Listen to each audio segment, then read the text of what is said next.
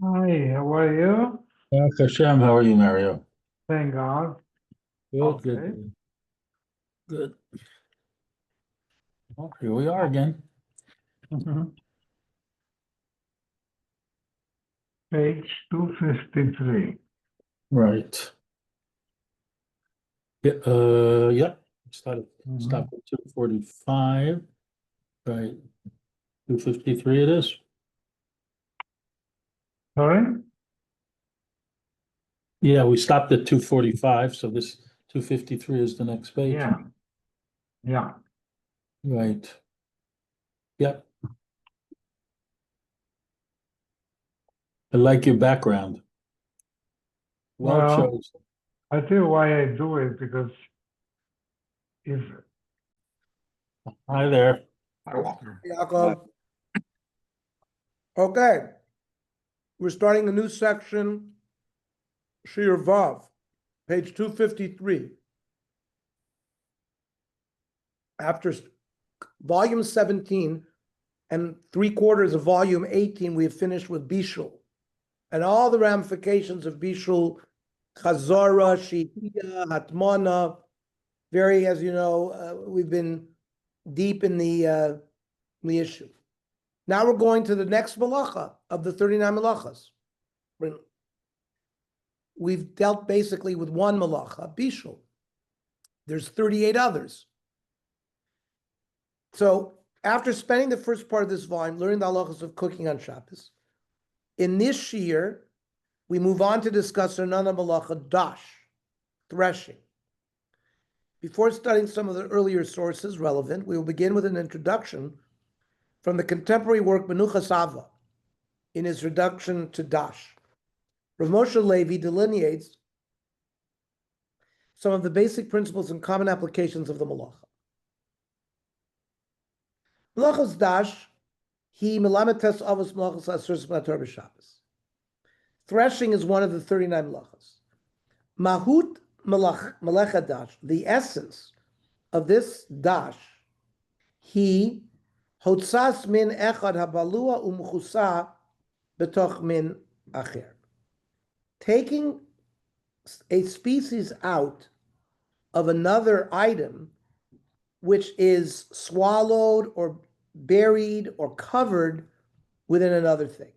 Mitocho. Al yedei dechikato, by pressing it, ulechitzato ad sheyishaver, until the outer item breaks, and then you can take out the inner item. Kigon hadash tvu lachar shenitzra.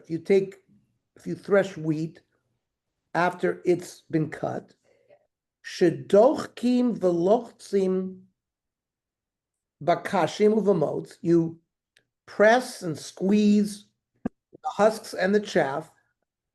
Hamachasim et garinei tvua, that is surrounding the wheat kernels or the seeds. They would dash would be done by walking animals over the threshed wheat, or they would beat them with sticks.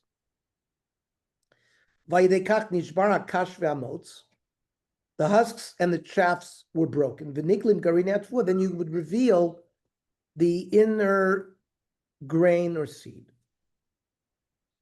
Now, hasochet anavim b'Shabbat. If you squeeze grapes on Shabbos, l'toch kos, into a cup, kedei lishtoses hamashkeh, because you want to drink the beverage, hayotze mehem, harei zachayiv mishum todas dash. You have removed the liquid from the inside of the grape that sort of fulfills this criteria that we've described. Sharehu motzis hamashkeh balua banav. You're removing the fluid which is absorbed inside the grape by pressing and pressure on the grape. V'domeh l'dash tvua, and that it is similar to. Now remember, the Lamites Malachos are based on the various Malachos that were done in the Midbar to service the Mishkan, and we're going to see harvesting wheat, right? Plowing, first starting with, zoreh, throwing seeds into the ground, plowing, making a furrow, planting, harvesting, tzira. And what did they do it for? They needed it for the menachos. The menachos were made out of flour. They offered menachos in the midbar. And so these were things that were needed for the Mishkan. The Gemara Masechta Shabbos records that there are distinct but parallel actions which are all included in the labor of Dash. So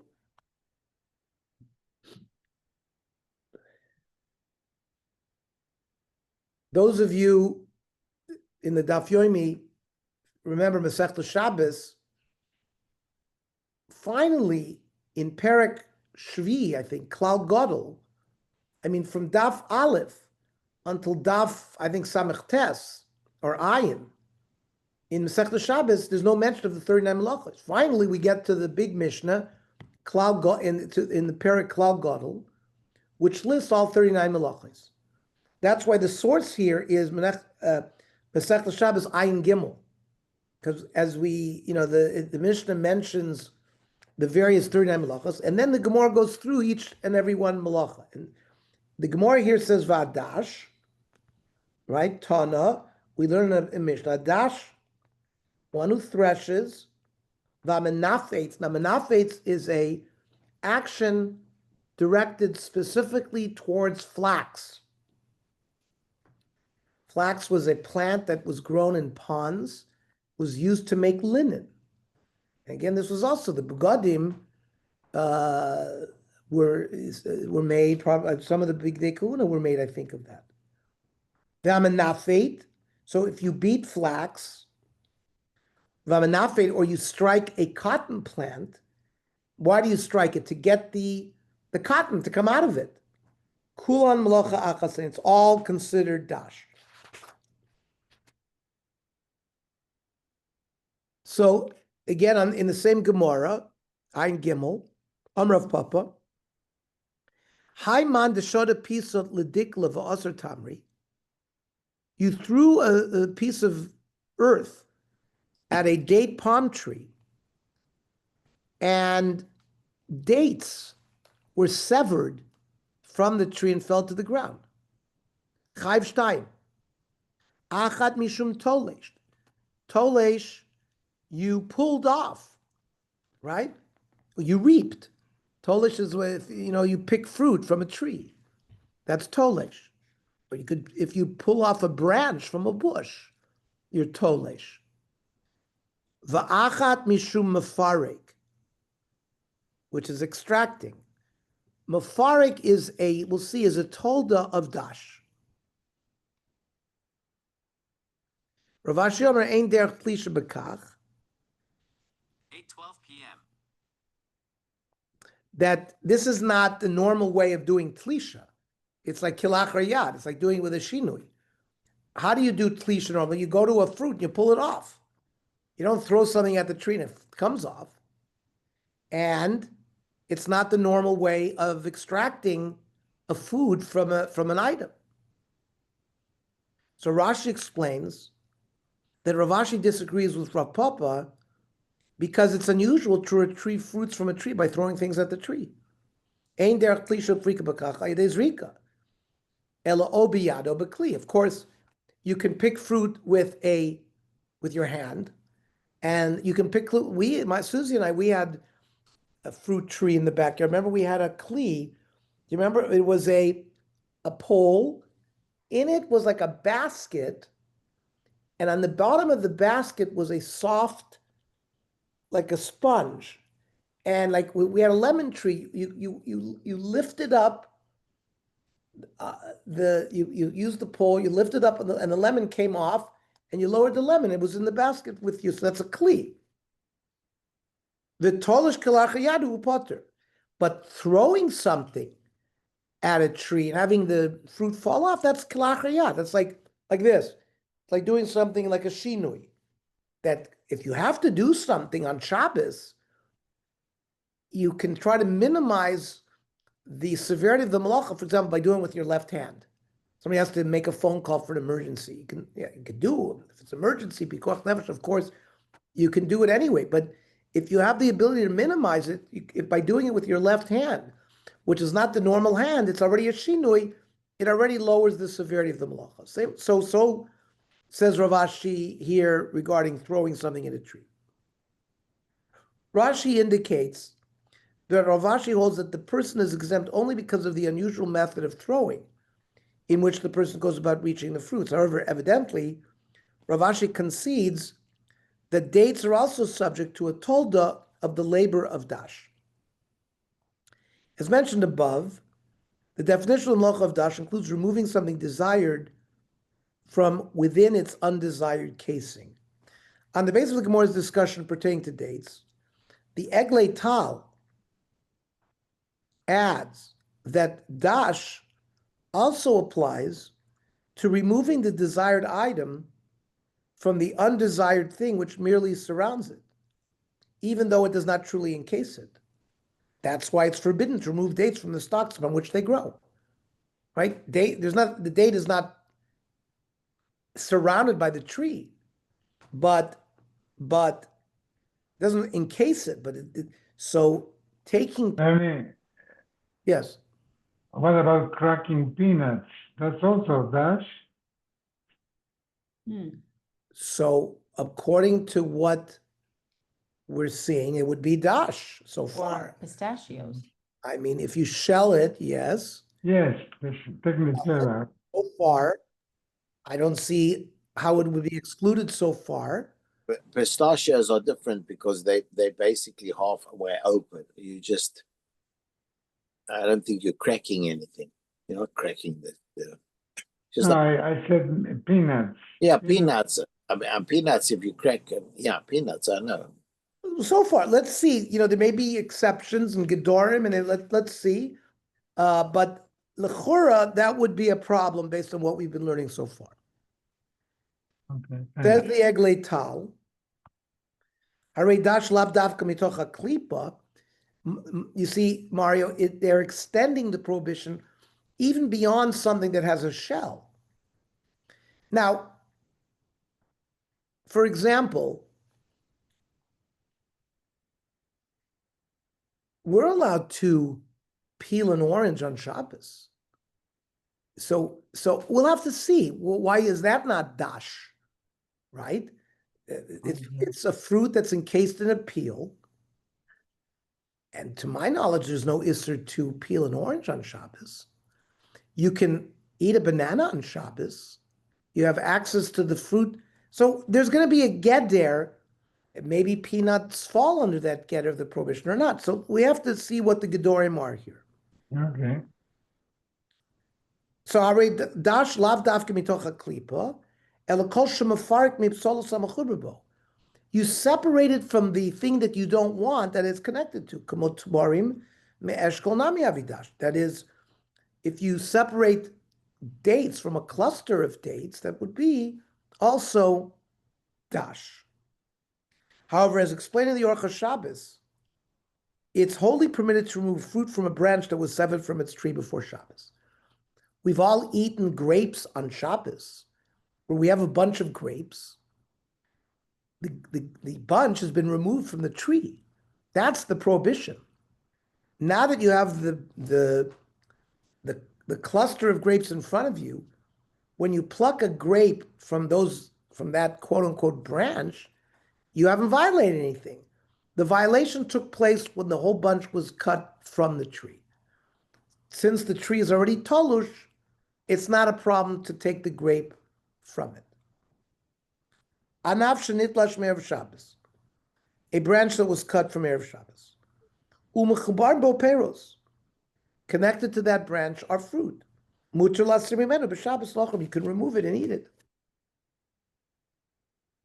V'nira datam she'en b'zeh isher dash. So the Orcha Shabbos explains why isn't that dash? Bishum sha'aseder ha'mekubal hu she'apri nitlash ma'anfei ha'ilan b'odam mechubarim. This grapes So for example, oranges, they're not plucked from a tree, like you take off a branch and there's 20 oranges on it. No, each orange is plucked separately. But grapes are, you don't pluck individual grapes from a tree. The way grapes are harvested is a whole bunch is removed. So the tree branch is removed with multiple fruits on it already. That's the seder when it comes to grapes. Shaprinit lashman fe'alin bodam chubarim. Va'az hatlisha tzura mishum lechas kotzer. There, you have severed that branch from the tree, similar to harvesting wheat from the ground.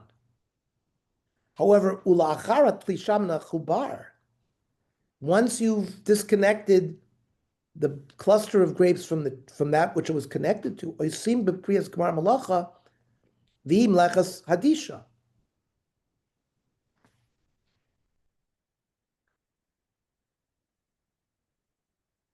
So not now. The completion, he's saying, by removing the fruit from the branch would be dash.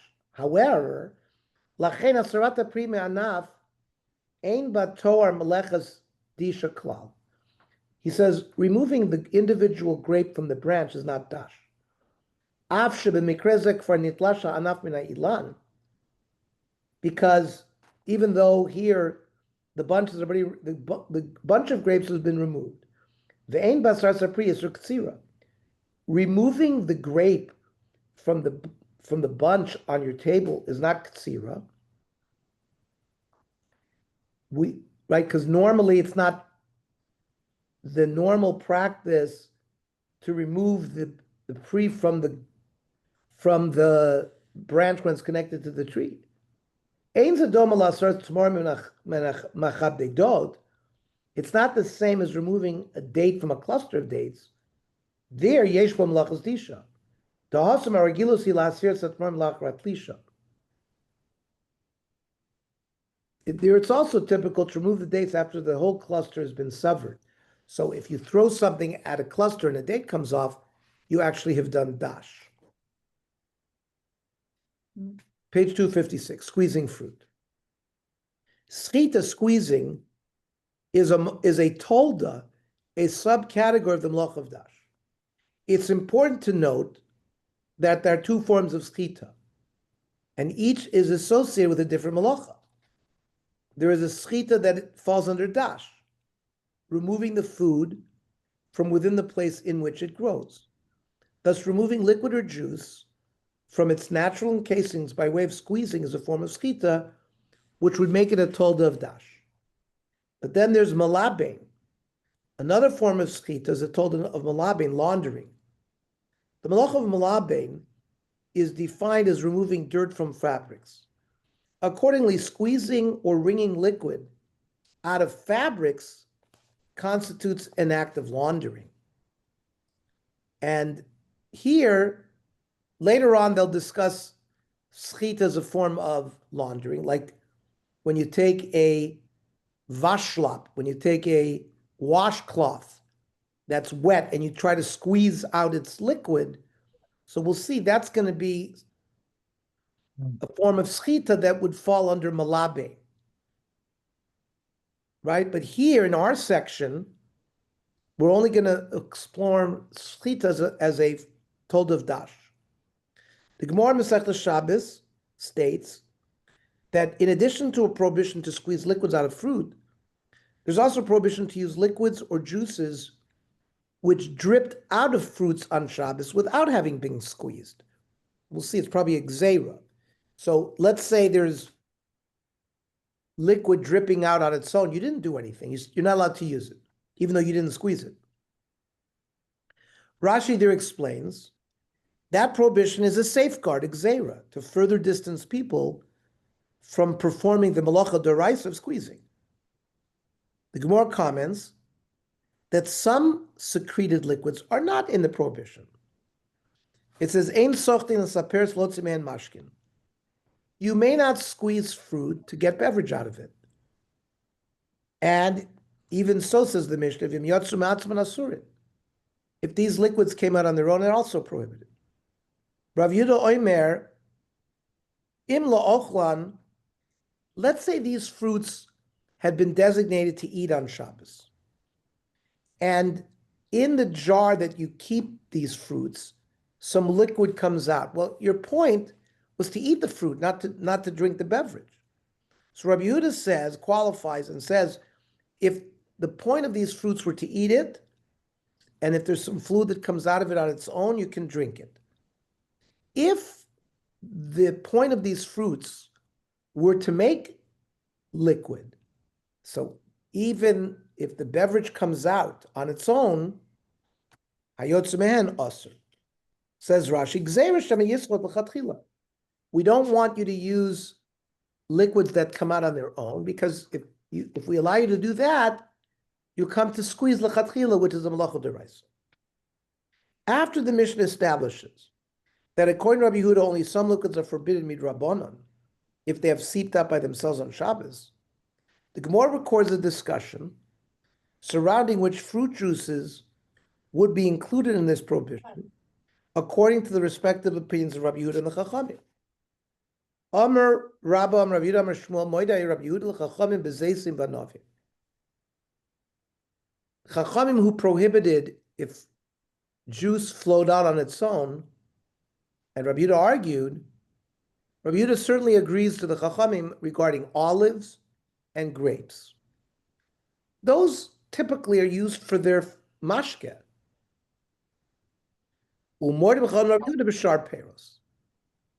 But other fruits like apples and oranges and pears and other fruits that are meant for eating, the Chachamim don't argue with Rabbi Yehuda. They agree with Rabbi Yehuda that you'd be allowed to use, if some liquid oozed out of these things, you could drink them.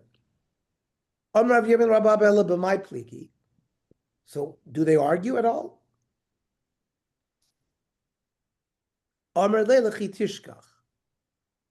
If you analyze it carefully, you will find areas where they disagree.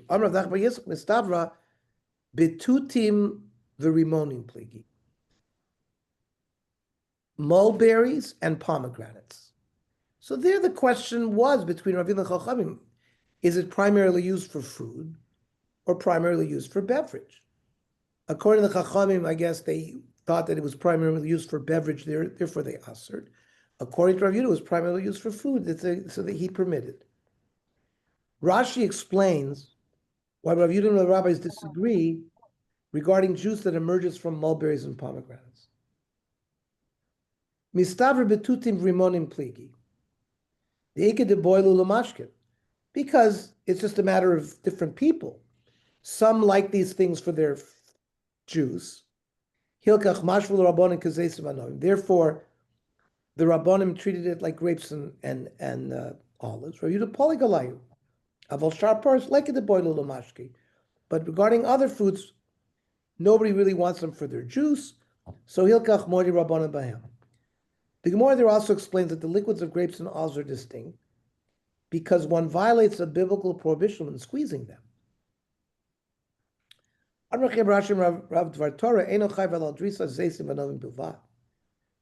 That by stopping on olives and grapes, that's mashma when you're chayiv the melacha of the rice of dash.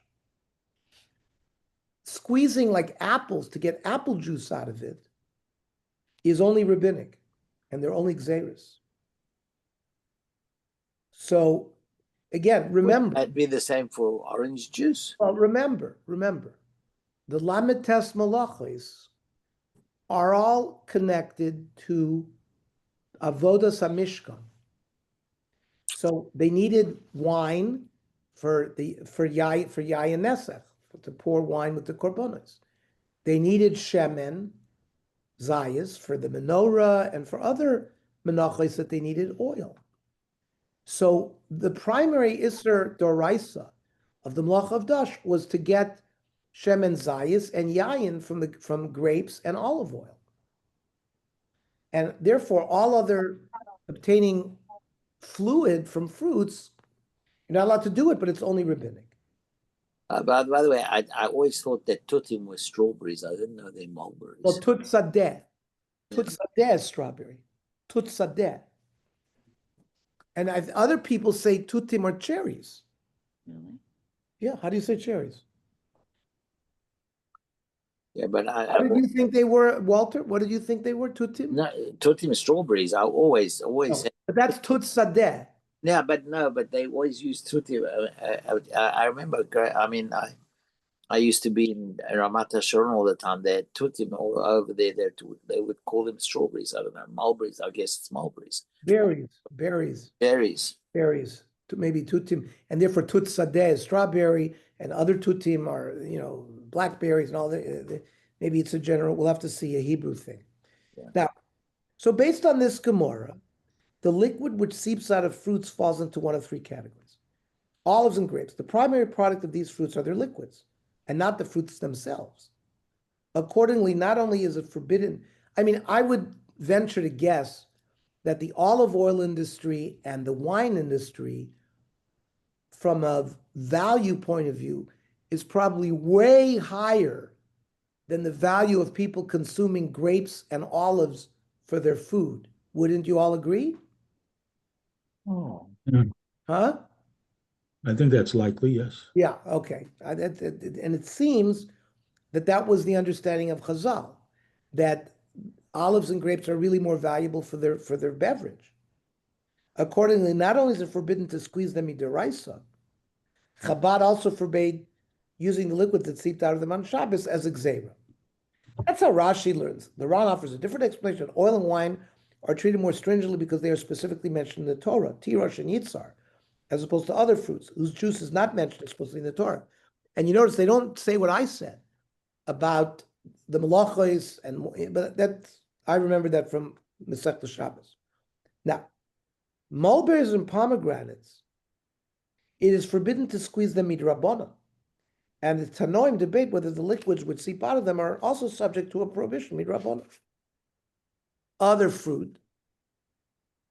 By other fruit, the primary products are the fruits themselves, apples, cherries, right? And a person would not typically squeeze them. Therefore, squeezing them is permitted. And Chazal did not impose a decree upon liquids that seep from them. Thus, the status of each fruit's steeped liquid, meaning liquid that comes out on its own, is determined based upon each one's status vis-a-vis actively squeezing. And the Shulchan Aruch holds like Rabbi Yehuda. He says, Zeisim v'novim osur l'chsachtem. Grapes and olives, you may not squeeze. Vim yotzu me'atzmon, if the fluid seeped out on their own, asurin. Afilu lo hayu oindim en l'achila. Even if the whole point why you had them in a bowl was to eat them, it's still usr. Tutim v'rimonim, these berries and pomegranates, usr l'sachtan, you can't squeeze them. Vim yotzu me'atzmon, if they came out on their own. So it depends. If you had those fruits out there because you wanted to eat them, im onin l'achila mutter. Now, if you have them sitting around in a bowl because you plan to squeeze them, and memela on Shabbos the liquid seeped out, im omdim l'mashkin osir. He says ushar kol aperis mutter l'sachta. All other fruit you're allowed to squeeze. So he says, says the Ramah, uv'makom shenagu lischos ez aperis lishtos meimav machmas tzamei otanu. In places where you squeeze fruit to drink their juice, to enjoy them when you're thirsty, dino ketutim v'rimonim, which means you're not allowed to squeeze them lechatchila. And then if they seep out on their own, it depends if you had them homemade for achil or beverage. So I would say squeezing an orange for its orange juice would be prohibited based on this Ramah. It's not a doraisa, but we're not allowed to do it. And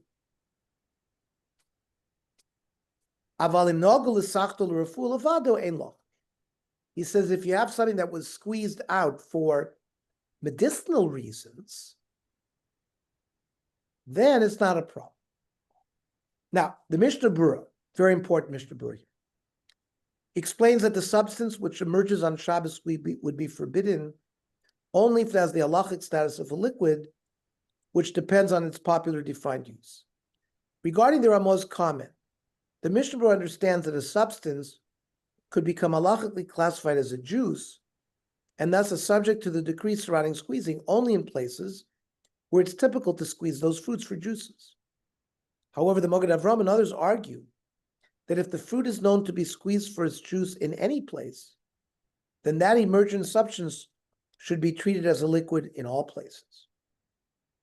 So, Asr l'sachta v'asot l'chayv mishum mafarik, who told the dash. So, if you squeeze olive or grapes, then you're chayiv for the Melacha on Shabbos. It's a tolda of dash. And then mulberries or pomegranates, the Shulchan Aruch says it's asr l'sachtan. Even if they're just being stored for eating, since there are a minority of men who squeeze them for food, and he qualifies to let us know that asura rabbanan otu zeisim anavim. Squeezing those things are just a rabbinic gzeira. It's not the melacha. And if something had been set aside for eating, and it came out on its own, then you would be permitted.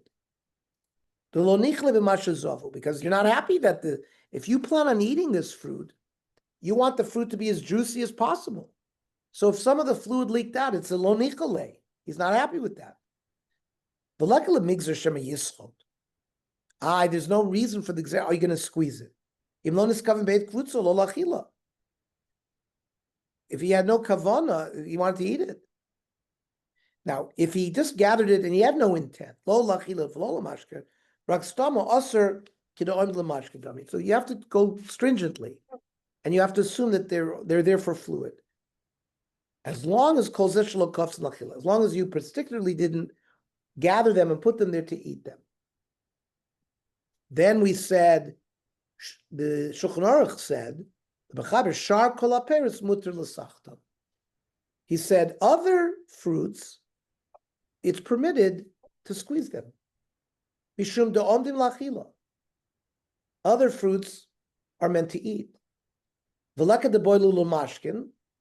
Nobody really eats them for liquid. That, therefore, it's not even called juice if some fluid comes out.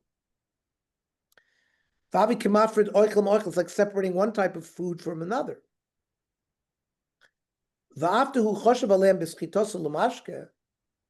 And even though a person, maybe when he squeezes it, he's thinking about it as a juice, but that's not the way most people think. And it's bottled daito etzel koladam. His das is nullified. We don't care that he had a specific das for mashke. But then the Ramah came up and said that if it's customary to squeeze the fruit for a juice to enjoy, then it's treated like tutim rimoni, where if you gather them for purposes of liquid, it would be usr if it seeps out on its own, or even to squeeze them. Usr l'sachta, right? Mashma de ba'osu mokom usur. The Mishnah Berurah is pointing out that the Ramah seems to have a leniency, that in a place where they squeezed it, fine, there would be prohibited, but b'shar makom hashari. Ach, im derech loholich hamashka shel haperet b'mokom l'mokom, but if you squeeze the juice of the fruit and transport it to another place, then of course asur b'chol ha'olam. V'chol zeh l'das haRamah. He says the Moed Avram went to town on this. The Moed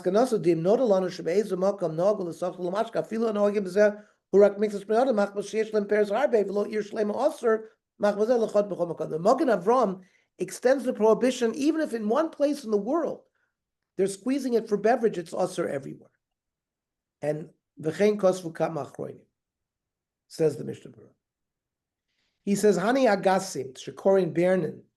Bernin is pears. B'loshen Ashkenaz, osur l'sachtem. You may not squeeze them on Shabbos. Ashkenaz nagel l'sachtem l'mashke. They did squeeze pears to make pear juice. Aval ha'pear she'ein derech klal l'sachtem. let's say you have fruit that, do they make juice out of mango? I don't know, but there's like mango sorbet, so maybe. There's mango juice also. Sure. אבל הפירוש שאין הדרך כלל לסוכתו, בשום מקום מותר לסוכתו אפילו למשקה. That means, if you have a fruit that nobody really makes juice out of it, you'd be allowed to squeeze it. You're allowed to squeeze it for juice on Shabbos. Problem is, anything that we would squeeze, people make mashke out of it. So, for example, oranges or lemon. Those juices are sold. And certainly, it's people squeeze those. So it would be also for us to lechatchila on Shabbos squeeze those things. As evident from the sources cited above, the status of an individual fruit is a function of how it's used. Thus, because the practice today is to squeeze juice from a great number of fruits across the world, the Piskei Tshuva writes that all fruits fall into the categories of mulberries and pomegranates mentioned in the Gemara, which the Shulchan Aruch paskined, asur l'sachton. You would not. The only debate was if the fluid came out on their own, and if it was. Wait, why is it? Why is it in the category of mulberries and pomegranates? It should be olives and grapes, which is forbidden. No, because remember, olives and grapes, we said either because the Torah mentions Tirosh and Yitzhar. That's why the other ones, it's a Gzer Midrabanan.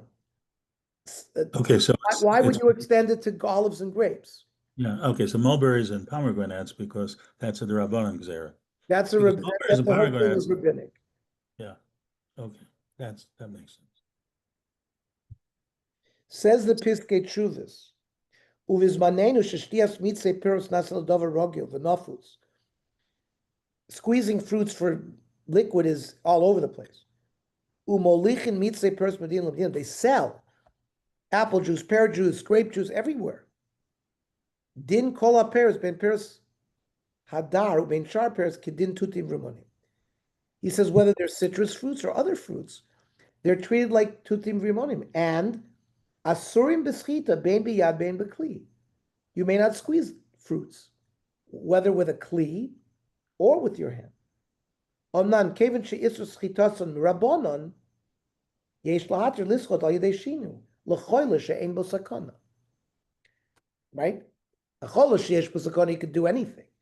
But for a chola that doesn't have sakana, you could, let's say you want to give him some lemon juice or oranges because of vitamin C purposes.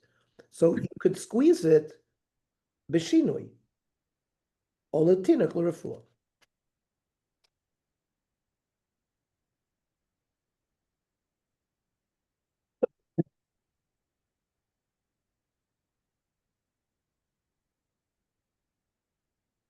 What about lemons?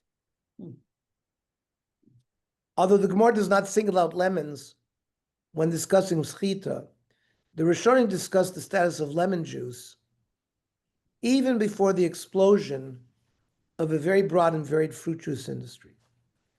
Lemons present an unusual question because their juice is very easily squeezed and it is a convenient additive to certain solids. At the same time, the juice is an appealing drink, but only when diluted with large quantities of water or other juices. Thus, the Beis Yosef discusses whether the lemon is classified as a fruit that is usually squeezed or one normally used for food. Says the Beis Yosef, Mashmali, the tutim v'rimonim lav davka, elu adin l'chol bri shederech l'sachtu l'meimav.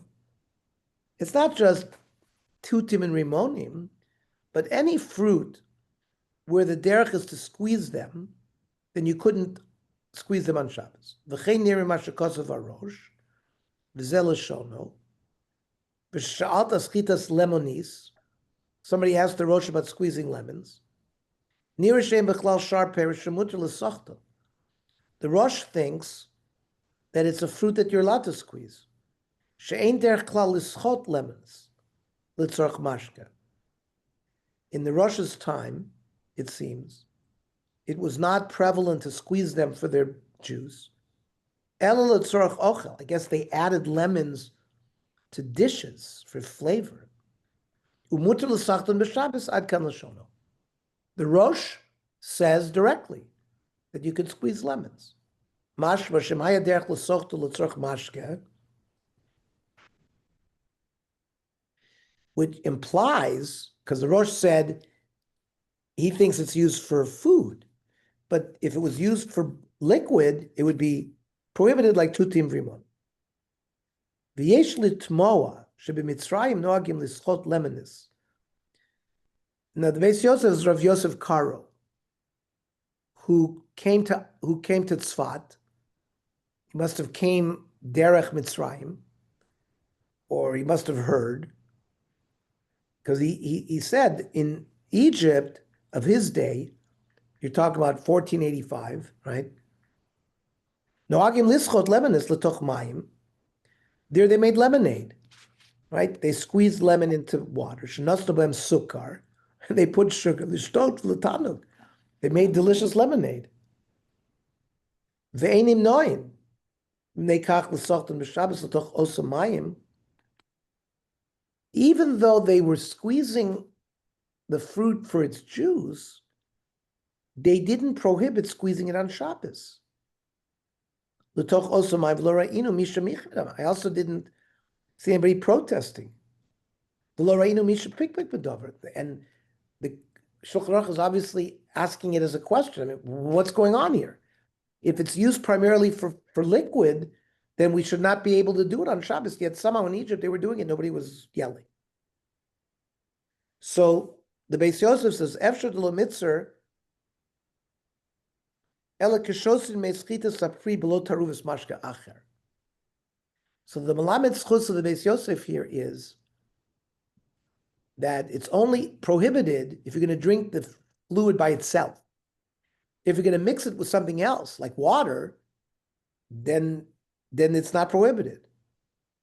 And he wants to give another answer. Inami, the lo mitzvah kloshtochtin meimav levad.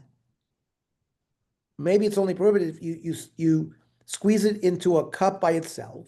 Then you mix it. But apparently the custom to squeeze juice into another liquid is permitted. It sounds like he's really reaching to try to explain it, because we haven't seen anything that suggests that any of this matters, that we squeeze into another liquid or not. Right. Well, it could, what he said about maybe the liquid by itself, because of chashivas. And if it needs mixing in, like zev zegora, maybe. I don't know. Let's see.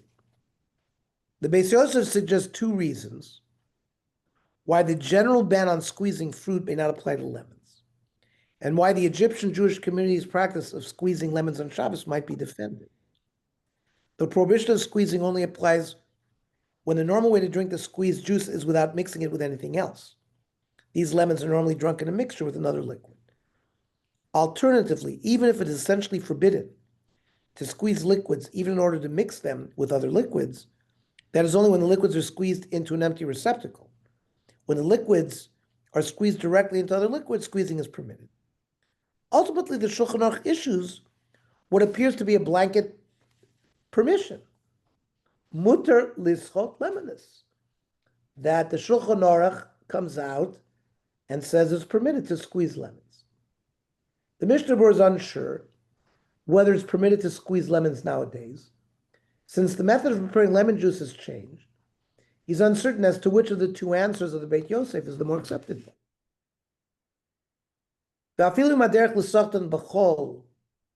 Even if the normal way of squeezing lemons during the weekday is to squeeze it that they squeeze it into water where sugar is there, lishtos latana, to drink, and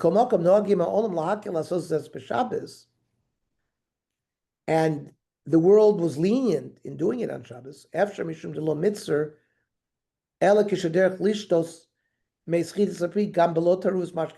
only when the beverage was drank by itself. Or inami, he brings both of the reasons. You put it alone in a receptacle. He's basically quoting. Ulafi zeh, says the Mishnah Berurah, Bisman hazeh, sheyadua shemamalin chavis lemeos lishtos in punch. So they fill barrels by the hundreds to drink it with punch. Be'ezem makom tzarich iyun gadol imuter l'sachtan m'shabes l'toch mashke. The after the dami l'tuti v'rimonim kevin l'derech l'sachtan bekelim b'fnei atzmam. He says maybe they're similar to the pomegranates, since they are also squeezed into utensils by themselves. According to the first answer, since lemon juice is normally drunk when mixed with water, it's permitted to squeeze it nowadays. According to the second answer, it was permitted to squeeze lemons only because lemons were typically squeezed directly into other liquids. Since nowadays it's usual to squeeze lemons into their own receptacles and only later to combine them with other liquids, it's prohibited to squeeze them. This would be true even for someone who does something atypical and squeezes them directly into liquids. More recent Achronim disagree as to the practical halacha concerning squeezing lemons on Shabbos. Many Ashkenazim follow the approach that one may not squeeze a lemon into an empty receptacle at all, as recorded into the Shmir Shabbos Kilcha. So this is true even if one intends to later pour the lemon juice over food or to make it into lemonade. Aval also lischot limon or tapuz, you cannot squeeze lemon or an orange l'toch kli. Gamim datu lishpach, even if your intent is to dump the juice either ala oichlin, you like lemon juice on your salad, or amanasas takinas atama tov shlahem. Rav Mordechai Elio writes that it's forbidden even to squeeze into a liquid. Those of you guys from Russian backgrounds where drinking tea without having lemon in it would be difficult, it's still a problem. I am muter lischot limon b'toch mayim otei b'Shabbos. Also lischot limon al mayim otei b'Shabbos kayom. So I think some of you may remember people used to squeeze it on a sugar cube. And right, so a number of poskim, including the Mishnah Berurah and Ben Ish Chai, write that a person may squeeze lemons onto solids. Accordingly, one may make fresh squeezed lemonade, etc., on Shabbos, only if it's done in a specific order. Sugar, and then that's a solid. Then you put the lemon juice on the solid, and then you add the water. Right? Okay. Tzarich lizar sheyischot mikodem alat sukkar b'fnei atzmo davi kamashka balo oichel. I don't remember that in my family that they squeezed lemons on Shabbos. Did you ever have that minhag? No. Does anybody have the minhag where they squeezed lemons? Into water, into a liquid. Well, we saw that the Mishnah Berurah says that that was one of the approaches of the Beis Yosef. But according to the second answer, since lemons today are all squeezed into a receptacle on their own, it's prohibited for anybody. Well, if they're into a receptacle, but if you're scooping it directly into like a salad or directly into another liquid. Well, I don't. So far, nobody's. That's how I learned it years ago. So far, nobody's permitted that. No, let's see. Right now, the only thing that's permitted is that you can squeeze it on a solid. So technically, I guess you could squeeze it on a salad directly. Or here the Mishnah Berurah brings the example of making lemonade by squeezing the lemon onto sugar, which is a solid. You cannot squeeze it into liquid. They dafka want you to squeeze it on the solid first and then add water. It's not a heter to squeeze it in the liquid. The Ben Ish Chai suggests that the order can be remembered through a mnemonic from the latter mentioned Yaakov's dream. The letter of the Hebrew word sulam form an acronym for sukkar, lemon, and then mayim. And that's the recipe. Amazing that this was so important that they created an acronym or a mnemonic for it. Just amazing. The Yalkut Yosef writes that in principle, even squeezing into empty utensils would be permitted, since the Shulchan Aruch presented a blanket permissive ruling. However, it's best to squeeze lemons directly into sugar and not into empty utensils. And I haven't seen anybody say that you can squeeze it into other liquids either.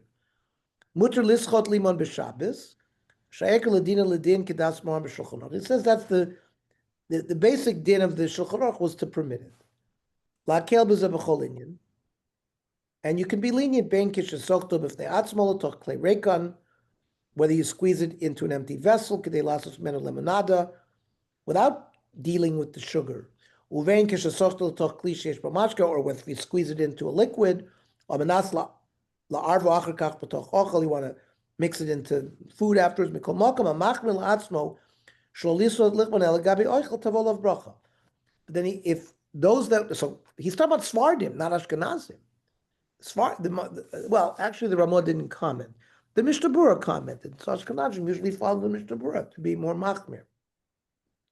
But he says that even the Yalkut Yosef says that those who just want to squeeze their lemon on something solid will get a bracha. Because makom ha'osel limonada nachon lachush l'chadchil devra machmir. You should worry about the machmir. Shelo lischot esaliman lakos reika. Don't put the lemon into an empty vessel. And then put sugar in water. First put the sugar in. And then squeeze the lemon. So that the lemon is absorbed by the sugar. Then you can pour water. That's the permissive way of doing it.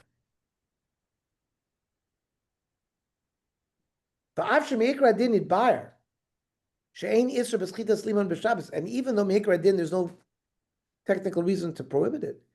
It's easy to be machmir.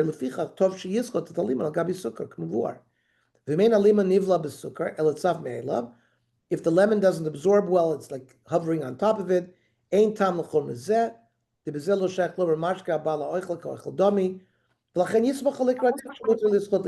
wouldn't be a problem. On the other extreme, the Chazon Ish writes that not even the Mishnah Berurah's suggestion to squeeze lemons onto sugar would be permitted if one intends to pour this mixture into a liquid afterwards. Lischot lemon al sukkar, v'lechot sukkar vadai mutter. So he says, if you want to squeeze lemon on sugar and eat the sugar, that's permitted. Kedin lischot ala ochlin. Aval in dato lotet the sukkar l'toch hamayim. If you're going to add the sugar to water near the Schita zu asura, the kivin shadaito lamashka. The whole point is for a beverage. It's considered a mashka already before it was absorbed by the sugar.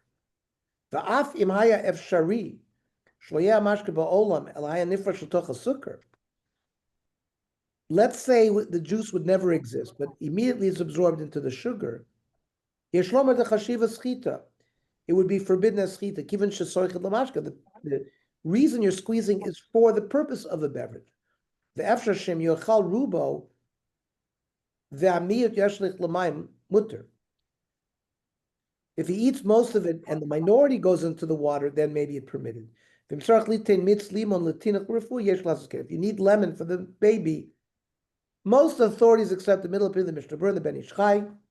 Finally, it should be noted that Rav Moshe Feinstein differentiates between squeezing lemons into sugar and other citrus fruits such as grapefruit. In his view, one may accept one of the Mishnah Berurah for lemons, but not for grapefruit, because the mixture of lemon and sugar can theoretically be eaten by someone, while a similar mixture of grapefruit and sugar would never be eaten.